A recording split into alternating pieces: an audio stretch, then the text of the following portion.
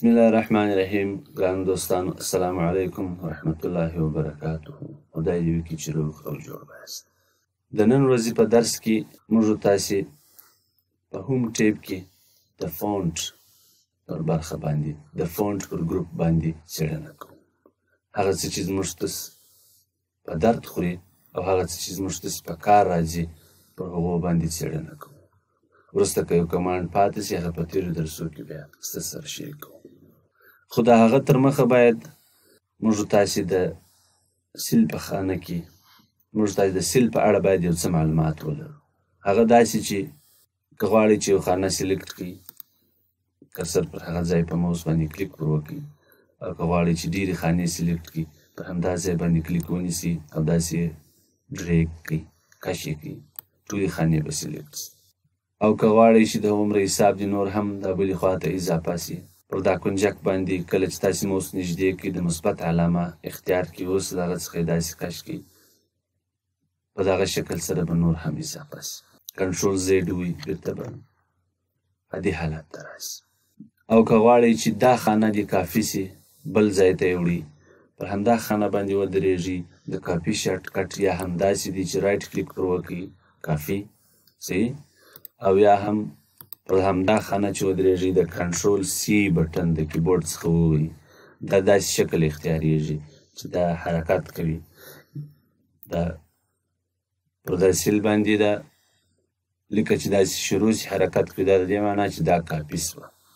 وروسته چې هر ځای ځې پر هغه باندې هغه علامه د راڅرخي، هر ځای چې ځې د پیسټ کمانډ به ووهئ چې هغه کله ستا کلیک وکړئ، پیسټ دلته سته صحیح، د همدغه پیسټ څخه به کار واخلي. او که نه و که هغسې نه وي فقط په هغه خانه باندې ودرېږئ او د کنټرول وي بټن ووهئ، دا به هلته چې سي کاپي سي.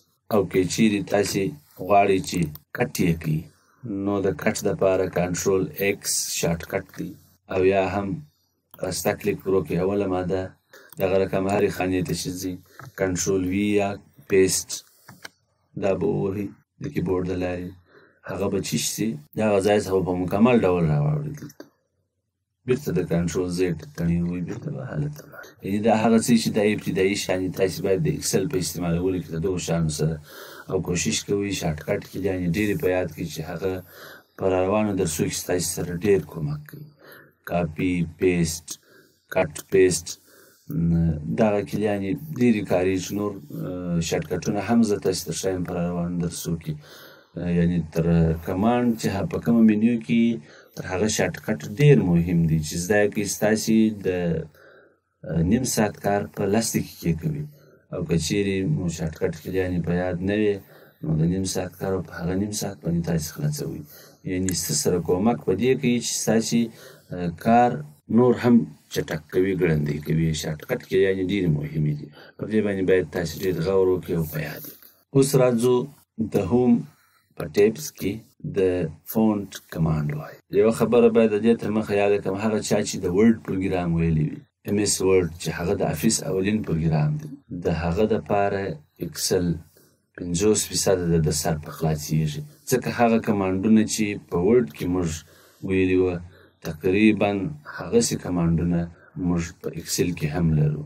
خو یو څه کمانډونه چې د اکسل د ورډ سره فرق کوي هغه جلا دي، هغه به موږ د دې په ډېر دقت سره وایو، او هغه څه چې هغه په ورډ پروګرام کې وه پر هغه باندې به موږ د دې هم یو څه رڼا اچوو. تاسې به په ورډ کې دا ویلي وي، کوم چیرې چا نه وي ویلي تر اوسه پورې دغه اول ځل د اکسل د هغه دپاره هم دا تکرار دی. نو راځو اول د فونټ برخې ته.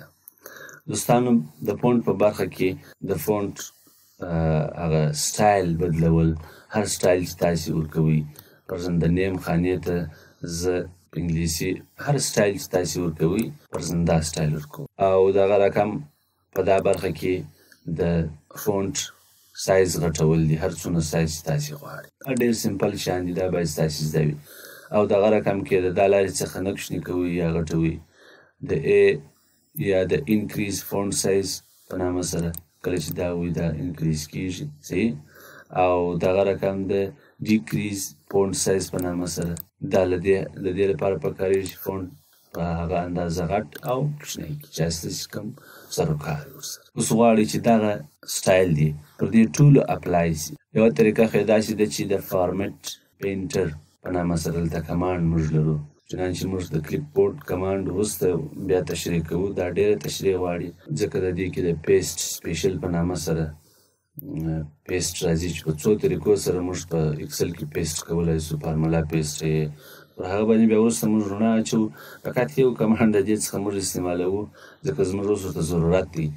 یوه طریقه یې داسې ده چې کله دا کلیک کړي او پر دې ټولو باندې داسې کلیک انتخاب کړي، اوس به مو نیولې وي هیله کوي په اتومات ډول دغه خط سټایل په دو باندې اپلای شو. دا یوه طریقه ده. بله طریقه یې داسې ده چې دلته کله د خانې کنجک ته تاسې راسي مثبت علامه اختیار شوه بیا به دا داسې ډریګ کړي.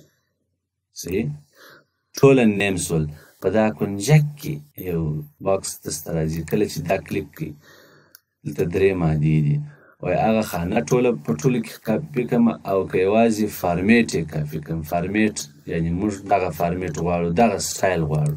کله چې پر هغه باندې کلیک وکړي هغه به بیرته په هغه خپلو نمو سره راسي. نو دا درې مادې خو مزده سوې، دا درې کمانډه مزده سوه.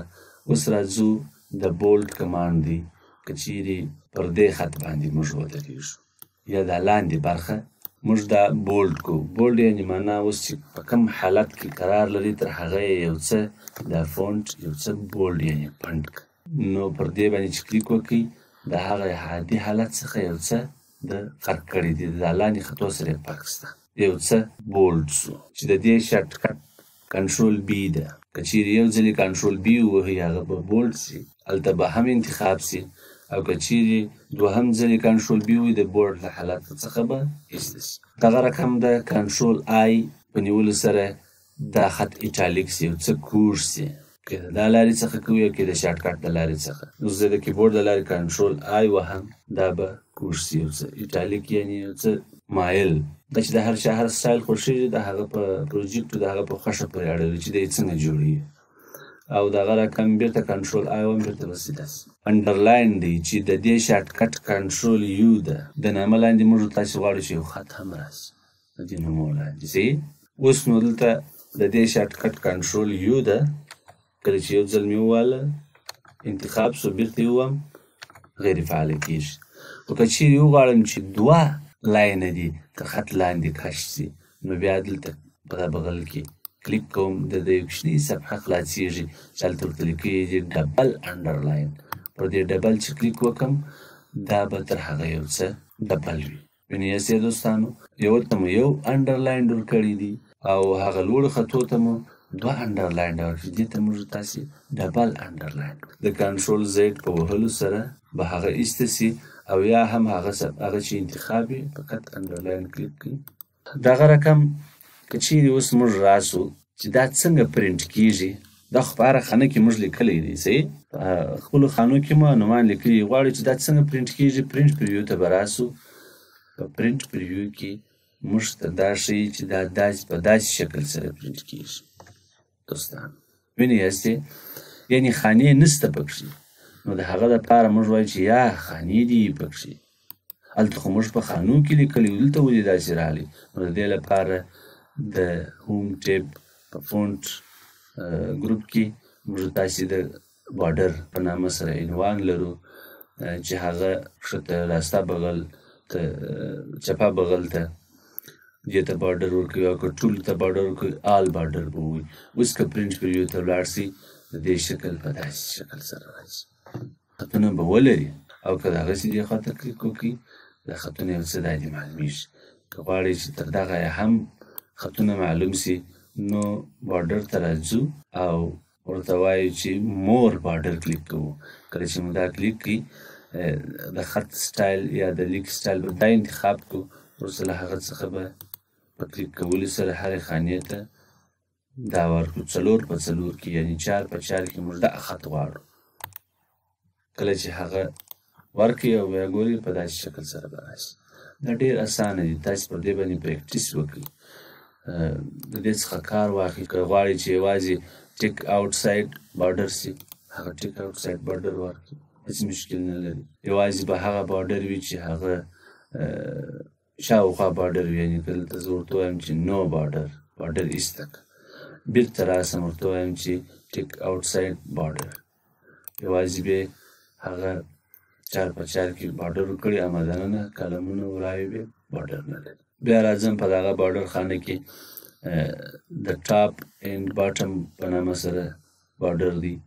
یوازې سر و دغه ته بارډر ورکړه، نورو ته یې مور کوو. په هغه صورت کې چې موږ هر کمانډ اپلای کوو، موږ باید یې واردی پر نو بارډر باندې ودرو. وروسته له هغه څخه به بیا راسو دې کمانډ ته چې یوازې په دا سر کې او په دې سر کې بارډر لري، په نورو کې نشته.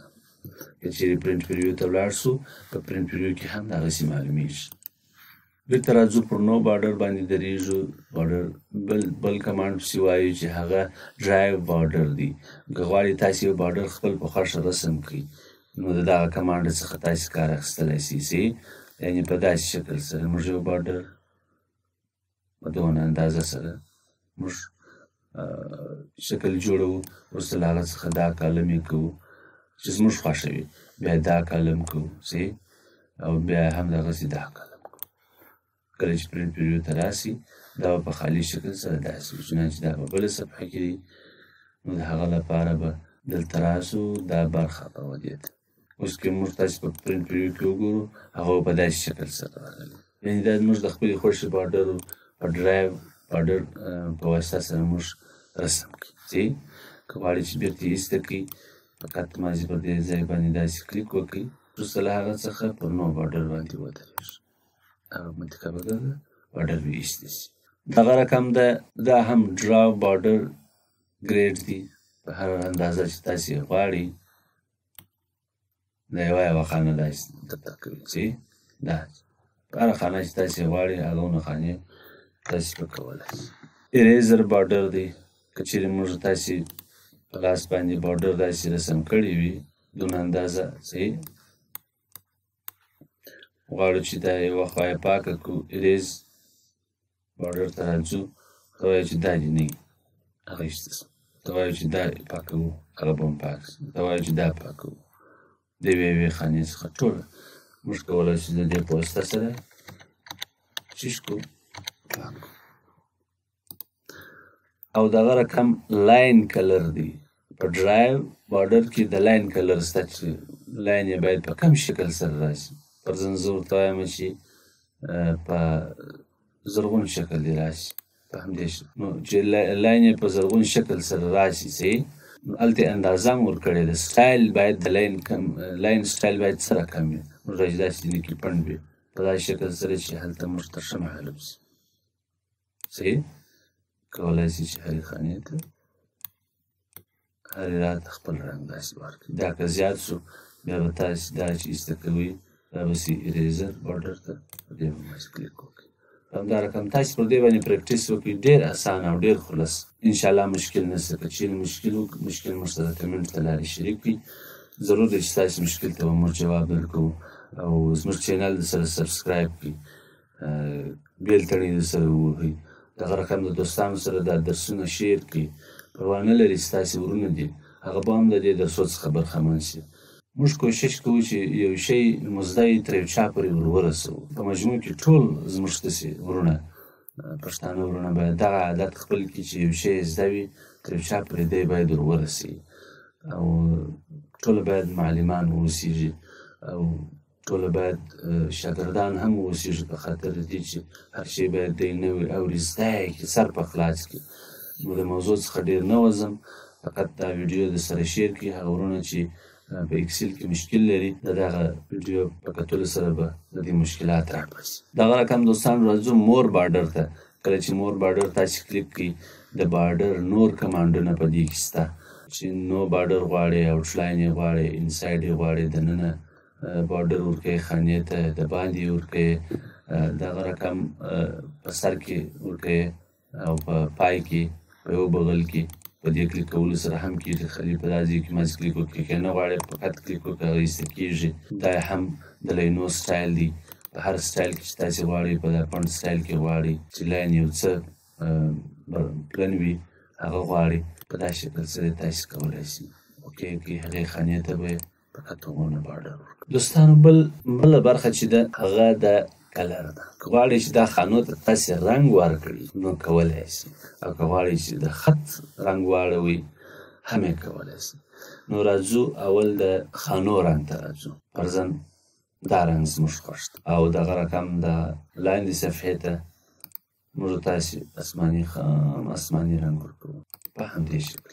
کولی شي چې تاسې داسې رنګونه استعمال کړئ، یعنې هغه سیل چې تاسې خط پکښې کوئ هغو ته رنګ ورکړئ. اوس که چیرې موږ لاړ شو پرنټ پریویو ته، د دې پریویو به همداسې شکل ولري، او که چیرې په دغه کې بیا بارډر ورکړئ بیا تر دې نور هم ښایسته کېږي. ورته به ووایو چې آل بارډر، ټوله بارډر ورکړئ. دلته موږ رنګ هغه انتخاب کړي وو، بیا به راسو د کلر به یې تور انتخاب کړو، بیرته به تور بارډر ورکول شي. که پرنټ پریویو ته ولاړ شو دا به تر هغه نور وختو چې په خلاص ډول راغلي. که چیرې بارډر پنډ و کولی شي چې تاسې ټوله انتخاب کړئ او ولاړ شئ مور بارډر ته. د هغه لارې څخه تاسې نازک بارډر واخلئ چې هغه عبارت له دغه څه دی، پر هر نقطه چې کلیک وکړئ هغه نری بارډر به تاسې ته راځي. وروسته له هغه څخه به ستاسې پروجیکټ تیارېږي یا به ستاسې ډاکومنټ فایل جوړېږي چې تاسې په پلان کې لرئ. نو په داسې شکل سره به راغلی. اوس که غواړئ چې دا تور خط دې په سره خط واوړي، نو د هغه لپاره موږ تاسې د فونټ کلر په برخه کې دا برخه چې د ای تورې پر لیکل، یعنې د دې معنا دا ده چې خط رنګ اوښتل دي، او برابر داسې د دبلي د رنګ په شکل سره چې د رنګو ډک دبلی دي داسې لږ راتوی سوي علامه یې ورکړې ده. دا د دې معنا ده چې بیکګراونډ، شاته بیکګراونډ دی رنګوي. او د ای تورې معنا دا ده چې فقط هغه توري چې هغه طباخانه کې کښې دي هغو ته دی تغیر ورکوي رنګ ته. نو هر رنګ چې غواړئ د دې ځای څخه تاسې بدلولی شئ. سور رنګ غواړئ، دغه رقم ژیړ، هر رنګ چې ښه ایسې دي تاسې کولی شئ چې هغه څخه استفاده وکړئ. فرضاً دا شین رنګ ډېر ښه ایسي. دوستانو تر دې ځایه پورې زموږ درس ورسېدی، او که چیرې مو دا درس خوښ شوی د دوستانو سره یې شیر کړئ تر څو هغه هم د دې ویډیو څخه برخمن شي، د دې درسو څخه برخمن شي. او دغه رقم زموږ چینل سبسکرایب کړئ، د بیل تڼۍ ووهئ تر څو زموږ نوې ویډیوې په اپډیټ شکل تر تاسې پورې ورسېږي. وروسته له هغه څخه په راروان درس کې به د فونټ په ګروپ کې پر دغه برخه باندې کله چې موږ کلیک وکړو دلته هم ډېر څه لرو، تقریبا د هغه سره مشابه دي، یو څه کمانډونه فرق کوي، هغه باندې به رڼا واچو، بیا به نور مخ ته پسې ځو. نو تر دا ځایه پورې مو خدای تعالی ښه وساته، ښاد اباد بریالي واوسئ.